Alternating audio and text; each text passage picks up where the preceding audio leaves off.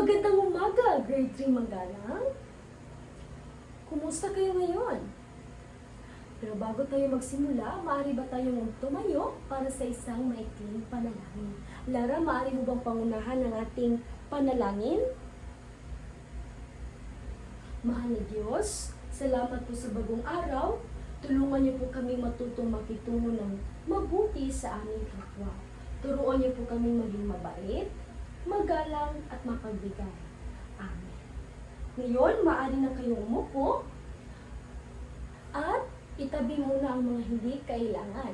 At tayo ay manahimik at ihanda ang ating sarili sa ating bagong aralin ngayon. Pero bago yan, pakibasa muna natin ang ating mga alintuntunin sa ating silid-aralan. Dahil sa inyong mga pansin na ang ating alintuntunin sa silid-aralin ay ang pangalan ko. Ano ba ang pangalan ko? Binibining Lara. Bakit ko kaya ginawang pangalan ko ang ating alintuntunin? Para kapag naalala niyo ko, maalala niyo rin ang ating mga alintuntunin ngayon. Ngayon, basahin natin yung una sa letrang L. Laging makinig sa guro at kaklase. Tama ba yan? Tama! Dapat makinig tayo. Pangalawa, sa letrang A, ayusin ang gamit at linisin ang paligid. Malinis ba ang inyong paligid? Tingnan natin. Tama! Pangatlo, sa letrang R, respetuhin ang lahat sa loob ng silid-aralan. Bakit ba mahalaga ang pagrespeto natin sa ating guro, sa ating kamag-aral? Dahil kapag marunong tayong rumispeto, tayo rin ay re-respetuhin. Tama ba yun? Tama. At ang panghuli sa letrang A, aksyonan ang gawain ng may sipag at sigasig. So kapag may sinabi akong gagawin natin ngayon, gagawin ba yun? Hindi. Gagawin dahil ito ay parte ng ating aralin. Hindi naman ako magpagawa sa inyo kung hindi ito makakabuti sa inyo bilang mga mag-aaral ko. Okay lang ba yan sa inyo? Ngayon, tingnan naman natin kung kumpleto ba ang klase natin ngayon. Tingnan natin sa ating screen. Kapag nakita ko malaki ang ngiti nyo, ibig sabihin, masaya kayo. Kapag hindi ko naman makita yung masayang ngiti, ibig sabihin wala kayo sa klase ko. Kahit nandyan ka nakaupo, pero kapag hindi ka nakangiti, ibig sabihin wala ka sa klase ko. Dahil ito ang palatandaan na kapag nandito ka sa klase ko, dapat maging masaya. Kapag ikaw ay masaya, maraming papasok sa utak mo. Maraming mga tama. Maari kang makatuto ng mabuti kapag ikaw ay masaya. Mahalaga ba iyan? Tama. So, balikan muna natin ang ating aralin kahapon. Naaalala niyo ba kung anong tungkol ang ating aralin kahapon? Sino sa inyo? Naalala ba niyo? Tama. Napag-usapan natin kahapon ang kahalagahan ng pagsunod sa mabubuting kaugalian sa pamilya at lalong-lalo na sa ating reyon. At ngayon naman ay tatalakayin naman natin ang tungkol sa pakikitungo sa kapwa. Okay, meron akong tanong.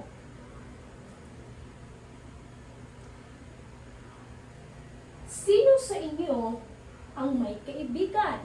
Maaari niyo bang basahin ulit? Maaari niyo bang basahin ulit? Sino sa inyo ang may kaibigan?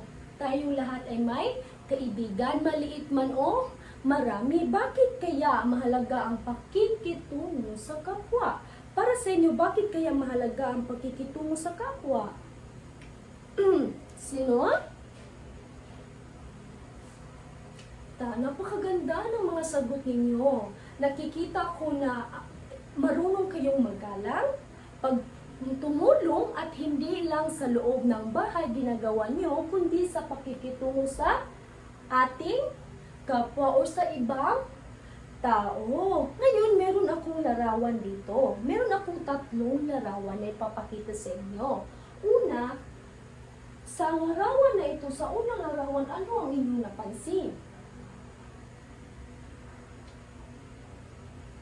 Merong matanda at bata.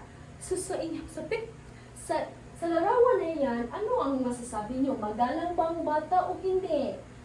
Magalang siya dahil binigyan niya ng upuan ang mas nakakatanda sa kanya. Paano naman ang pangalawang larawan? Ano ka sa tingin nyo?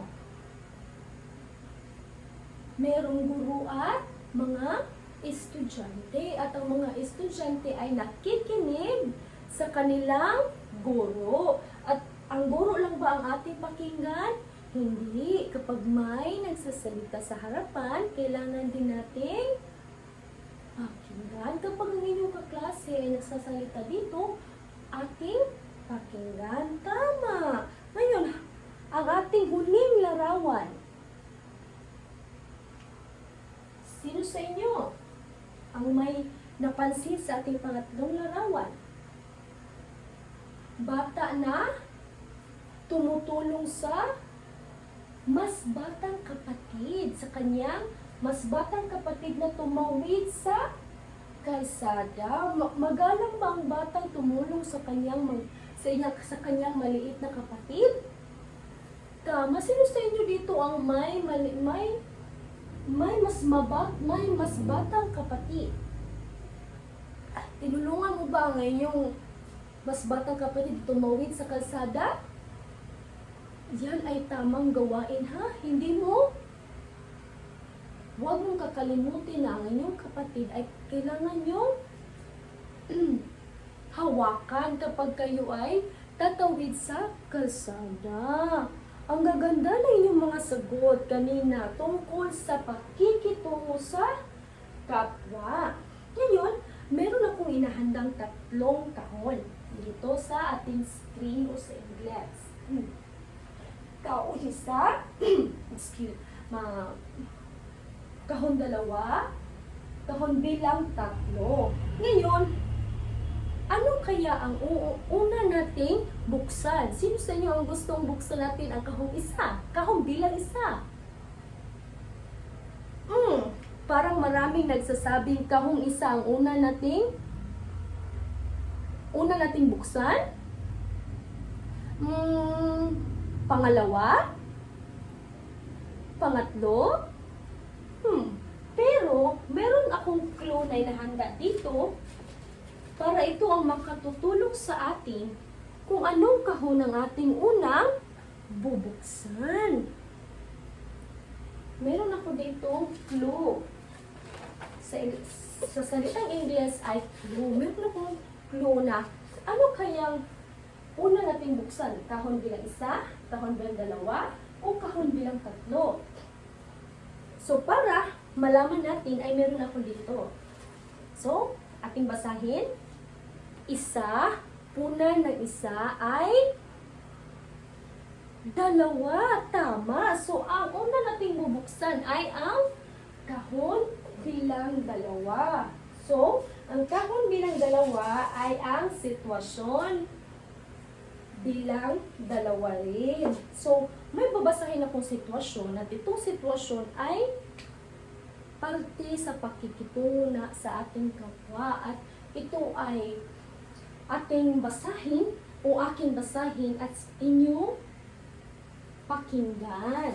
Ngayon, nahulog ang lapis ng inyong kaklase. Ano ang inyong gagawin?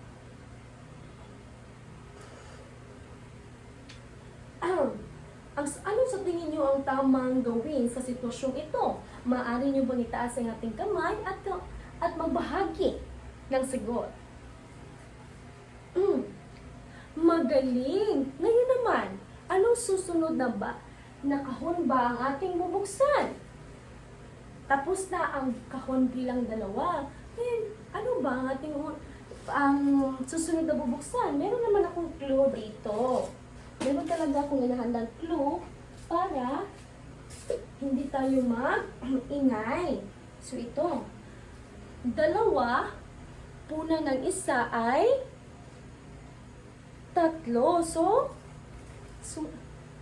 ang kahong bilang tatlo ang ating bubuksan. Ito ay ang sitwasyong bilang tatlo. Yun, basahin ko at kayo ay makinig. Inutusan ka ng nanay mo habang nanonood ka ng TV. Paano ka tutugon? Sabi ng nanay mo, Roberto, makinig ka, punta ka dito. Habang ikaw ay nakikinig o nanonood ng TV, ano ang gagawin mo? Ikaw ba ay magagalit? Hindi ka makikinig? Tama ba yan? Hindi. So ano ang gagawin mo kapag tinawag ka ng nanay mo? Napakahusay ng inyong mga sagot. Talagang naipakita ninyo ang kagandahan sa pagrespeto sa bawat tao, sa ating kapwa. Lalo na sa ating pamilya. Ngayon, at ang huling kahon ay ang kahon bilang isa. Basahin ko at kayo ay makinig. May bagong ka mag-aral. Ano ang gagawin mo? Meron kayong bagong ka mag-aral. At ano naman sa tingin nyo ang gagawin nyo kapag malaman nyo na meron tayong bagong ka mag-aral? Tama. Ngayon, sa mga sitwasyon natin kanina sa loob ng box, ay lahat na inyong mga sagot ay nagpapakita ng magandang ugnayan sa kapwa. Ang ibig sabihin ng ugnayan sa kapwa ay ang pakikisalamuha at pagpapakita ng kabutihan at respeto sa ibang tao. Ngayon, tatalakayin natin ang mga konkretong halimbawa ng magandang ugnayan. Meron ako ditong inahandang para sa inyo. Tingnan naman natin. Okay. Nakikita nyo ba sa likod? Okay, ngayon, akin mo nang ihanda ang ating screen. Narito ang mga paraan ng maayos na ugnayan sa kapwa. Kaya pakibasa nga bilang isa. Magalang na pananalita. Ang paggamit ng magalang na salita tulad ng po at opo ay nagpapakita ng respeto sa iba. So, meron ako ditong halimbawa.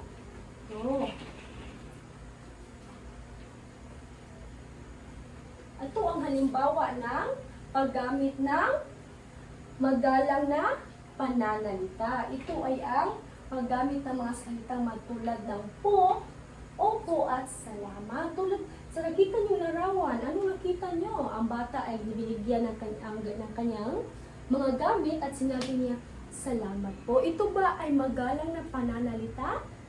Tama. Ngayon, basahin natin ang pangalawa. Pakikinig sa iba.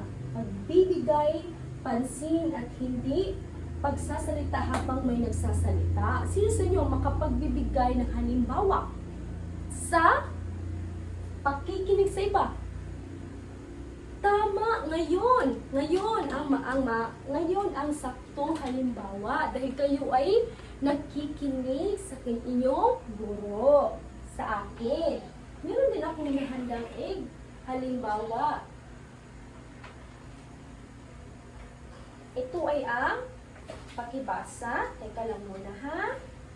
Nakikinig tayo kapag nagsasalita ang ibang tao. Sino ba sa inyo dito ang nakikinig kapag may nagsasalita? Tayong lahat, tama.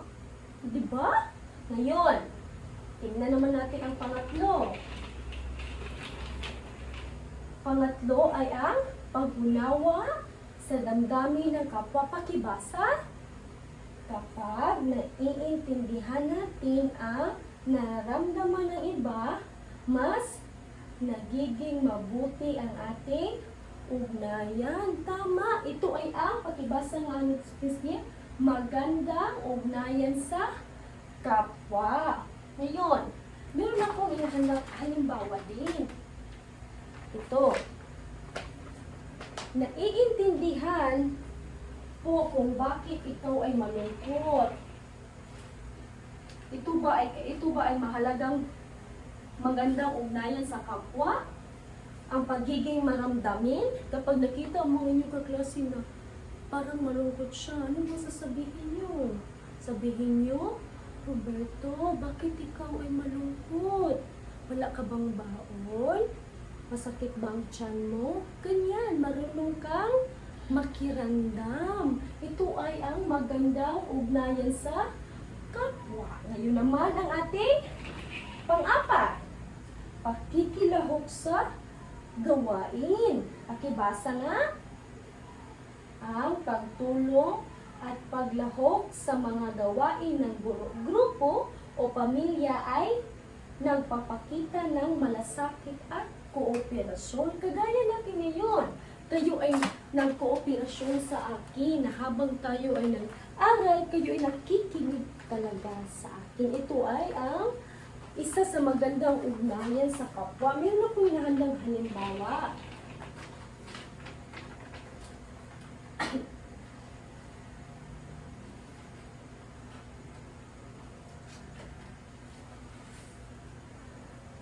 Tutulungan ko po kayong magligpit ng mga gamit. So, nasa nakita nyo, merong bata at ang kanyang inay ay nagligpit ng mga damit dahil baka ay umuulan o hindi ba dahil ay gabi na.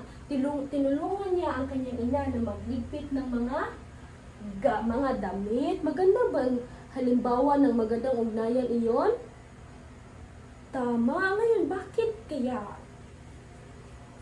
Maaari ba natin basahin ulit? Ano nga ang apat?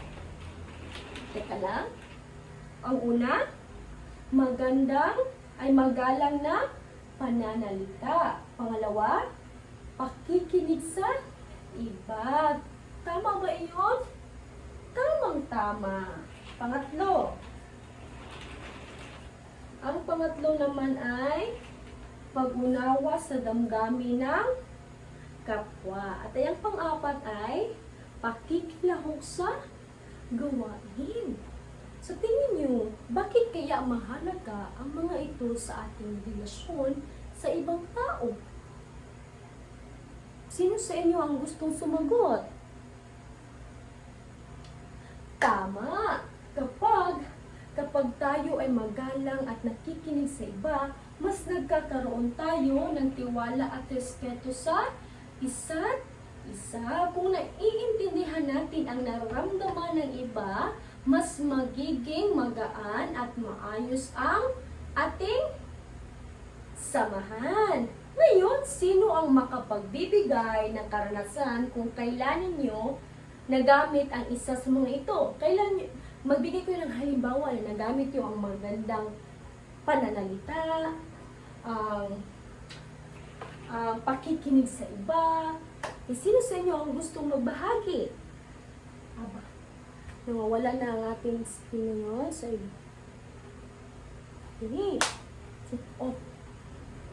napakahusay. Ang mga simpleng kilos gaya ng pagtulong, pakikinig at paggamit ng magagalang na salita ay mahalagang bahagi ng ating kultura bilang Pilipino at bilang mabuting tao. Tama, bigyan natin ng 5 bagsak ang ating mga sarili. Okay, ngayon meron naman akong inahanda sa inyo mga pang-aktibong gawain. Ngayon, teka lang ha, dahil ang ating screen ay ito.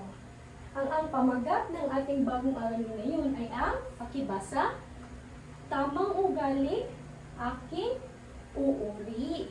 Ngayon, tamang ugali at iuri ang pamagat ng ating aktibidad ngayon. Ngayon, na alam na natin ang mga magagalang na kilos, subukan nating ilapat. Subukan nating ilapat sa magandang aktibidad. Ngayon, ihanda ang mga kahon na may sobre na may laman na magbibigay ako ng 2 sobre sa inyo pagkatapos ng aking ibibigay na panuto, kaya kayo ay makinig. So, itong 2 ang laman ng sobre nyo. So, ito ay ang magalang at hindi magalang. Meron kayo nito? Okay, simple lang ang ating gawain ngayon. Mamaya, pagkatapos kong ibigay sa inyo ang mga sobreng ito, meron akong hinahandang sobre dito. At sa loob ng sobre nito, meron ito. Okay? Ngayon, pagkatapos kong ibigay sa inyo ay sa inyong grupo, meron na kayong grupo, di ba? Sa inyong grupo ay kailangang bumuo kayo ng maikling bilog. Dahil ang ating aktibidad ngayon ay kailangan ng kooperasyon. At itong 2 flashcard na ito ay ang magalang at hindi magalang. Meron akong box dito. Meron akong kahon dito na naglalaman ng mga sitwasyon. Ito. At ang laman nito ay mga sitwasyon na kailangan nating sagutin. Ito ba ay magalang? Ito ba ay hindi magalang? Okay? Meron ba kayong mga katanungan sa ating gawain ngayon? Wala naman na. Yun. Atin muna ihahalo. Okay. Maghanda kayo dahil ito ay may puntos at may star. Tama. Ngayon, babasahin ko. Uulitin ko. Kailangan yung itaas ang sagot kung anong tungkol ang aking binasa. Okay? Yan.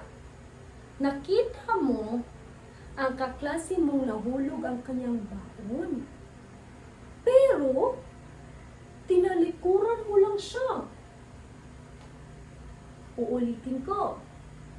Nakita mo ang iyong kaklase na nahulog ang kaniyang baon. Pero, tinalikuran mo lang siya. 1, 2, 3, taas. Okay. Ang galing nyo naman. Bigyan natin ang ating sarili ng 5 bagsak. Okay. Meron talaga ako hinahanda sa inyong mga sitwasyon. Kailangan lang natin ihalo. Okay. Ngayon, pangalawa. Kayo ay maghanda.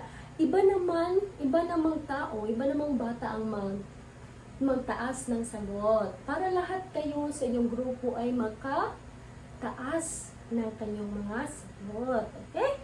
Ngayon, tumulong ka sa nanay mo magligpit ng pinagkainan sa bahay. Uulitin ko. Tumulong ka sa nanay mo magligpit ng pinagkainan sa bahay. 1, 2, 3, taas.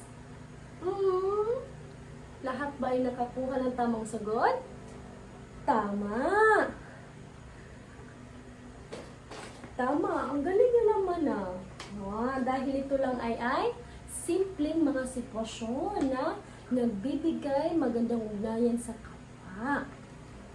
Pakikitungo sa kapwa. Ngayon, pangatlo, tinukso mo ang kaklase dahil hindi siya marunong magbasa. Uulitin ko. Tinukso mo ang inyong kaklase dahil hindi siya marunong magbasa. 1, 2, 3, taas.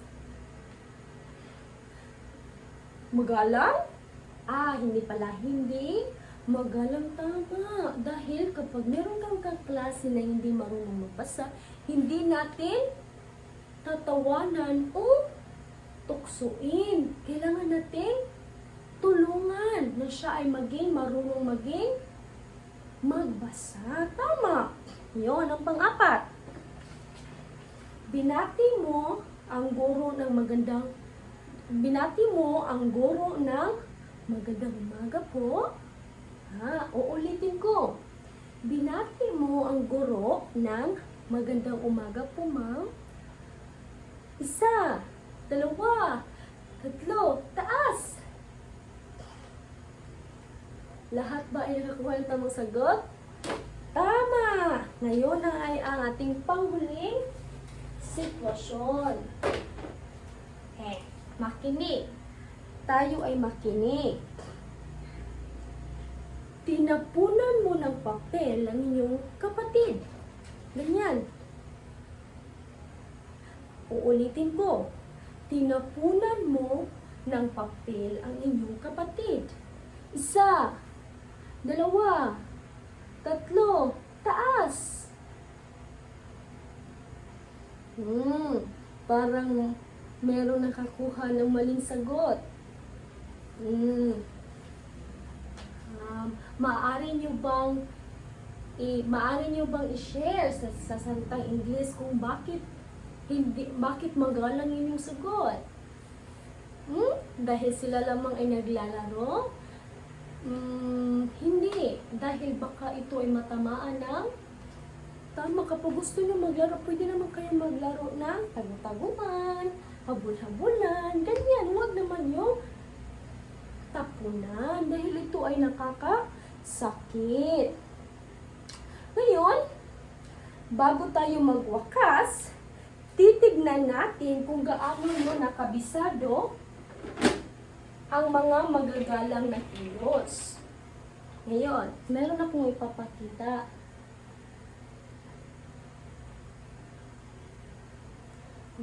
Tandaan, gamitin ang puso at isip. Ngayon, ipakita ko ang mga tanong. May 5 tanong tayong pipiliin. Ang isang tanong na kayo ang mismo sasagot mula sa inyong karanasan. Handa na ba kayo? Handa na ba kayo? Bakit ang hina ng mga boses nyo? Handa na ba kayo? Handa na. Ngayon, meron akong hinahandang ito. Teka lang. Ito, pakibasa nga. Ako'y magalang. Batang tumutulong sa pagbuhat ng kanyang bag. Ito ba ay magalang? Tama. Ngayon, meron naman tayong pangalawang aktibidad na ating gagawin ngayon. Ito ay ang tinatawag na araw-araw ako ay magalang.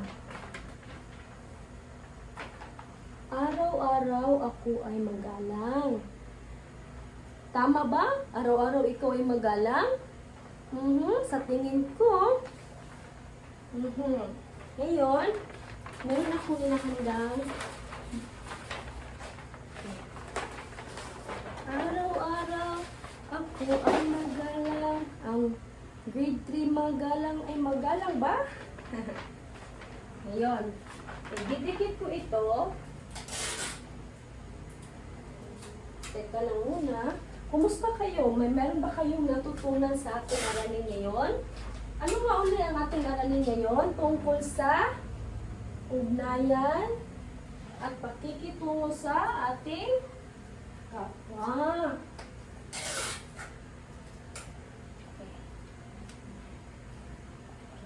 Maaari nyo bang kunin ang inyong kwaderno para sa ating gawain? Ayan.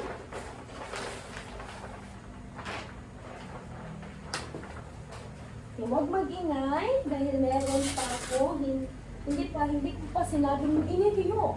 Kapag hindi ko sinasabing mag-ingay kayo, hindi kayo mag-ingay. Okay?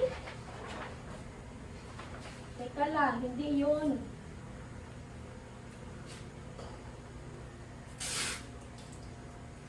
Uulitin ko, kunin nyo ang iyong kwaderno dahil meron tayong gagawing pagsusulit. Tingnan natin kung meron ba talaga kayong natutunan sa ating aralin ngayon.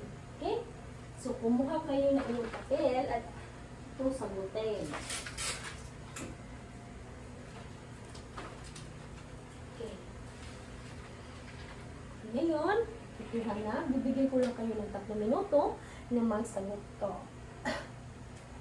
Okay?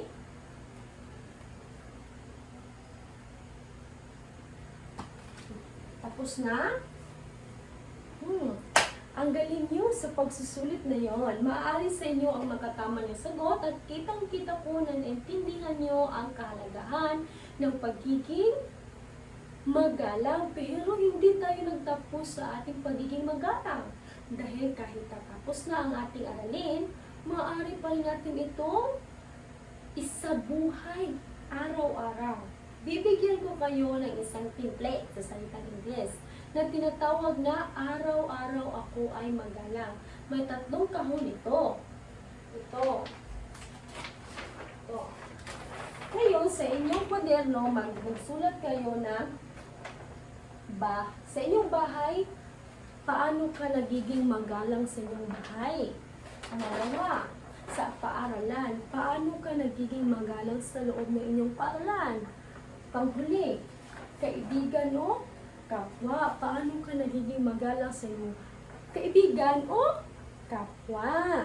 Ngayon, meron naman ako ditong template na meron ba kayong katanungan tungkol sa ating aktibidad ngayon at sa inyong takdang aralin? Bukas, magpipili ako ng 3 tao na pupunta dito sa harapan para ibahagi ang kanilang mga karanasan. Tama! Pagkatapos ay aking iwawasto kung tama ba na ikaw ay may ginawang magalang dito sa loob ng ating silid-aralan. Okay.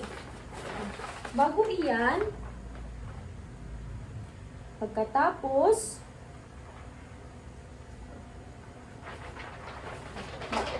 tapos na ba kayo magsulat ng ating takdang aralin? Yun, mas bigyan natin sa ating sarili ng magalang bagsak. Okay, marunong niyo bang gawin ang magalang bagsak? Ito, tingnan niyo ako ha. 1, 2, 3. 1, 2, 3. Magalang, magalang, magalang. Okay? Tumayo kayo lahat at sundin niyo ako. Then, please. Okay. Ito. 1, 2, 3. 1, 2, 3. Magalang, magalang, magalang. Again, masagay na, masigabong pala. Ngayon, maaari na kayo umupo. Ngayon, tapos na ang ating aralin ngayon. Inaasahan ko na meron kayong natutunan sa ating paksang tinalakay ngayon. At sa susunod na pagkikita, titingnan ko kung naalala nyo pa ba. At hindi lang sa susunod na pagkikita, habang kayo nandito sa ating aralin, titingnan ko kung marunong kayong gumalang, o marunong kayong gumamit ng magandang pananalita, o marunong kayong makiramdam sa inyong mga kaibigan. Palaging tatandaan na hindi lamang ito ay isang paksa o aralin. Ito ay ating isabuhay. Kailangan natin maging magalang. Okay, salamat mga bata. Ngayon, paalam grade 3 magalang. Hanggang sa muli. Bye-bye!